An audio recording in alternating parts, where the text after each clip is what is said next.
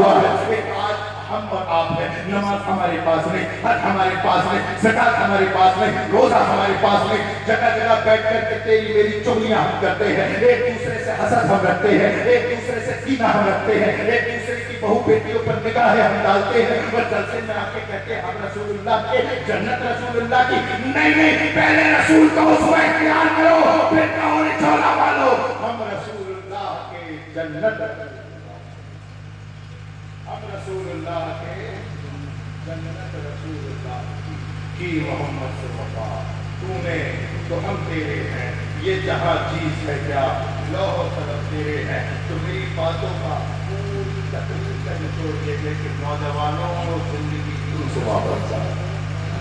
اپنی نگاہوں کی حفاظت کرو، اپنی شرمگاہوں کی حفاظت کرو، اپنی نظروں کی حفاظت کرو، دوسری کی بہو بیٹیوں کو تارنا ختم کرو، اس لیے کہ اللہ اکبر کبیرہ جب ہمارے ہی نوجوان اپنے ہی محلے میں رہنے والی بہو بیٹیوں کو نہیں چھوڑیں گے تو پھر اور کہاں جائیں گے؟ ہم نے تو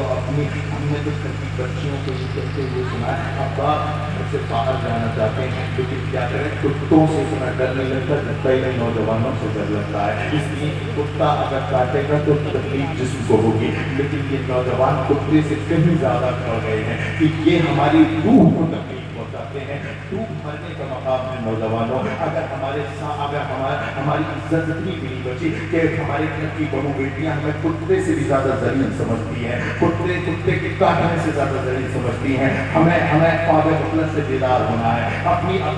عزت اور آبرو ہمارے ہاتھ میں ہے، ان کی حفاظت کرنی ہے، اپنی ملت کی بیٹیوں کی حفاظت کرنی ہے، تحفظ کرنا ہے ان کی عزتوں کا۔ اللہ اکبر کبیرہ، جب آپ اپنی محلے کی اپنے علاقے کی بہن بیٹیوں کے تحفظ کے ذمہ دار ہوں گے تو آپ مرد مجاہد کہلائیں گے۔ اللہ اکبر کبیرہ، یہی ماحول ہے، دیکھیے چاروں طرف یہی ماحول ہے، ہر ایک کو سمجھنے کی ضرورت ہے، ہر ایک کو سمجھنے کی ضرورت ہے، اگر یہ چاہتا ہے انسان کہ میرا دامن داغ سے خالی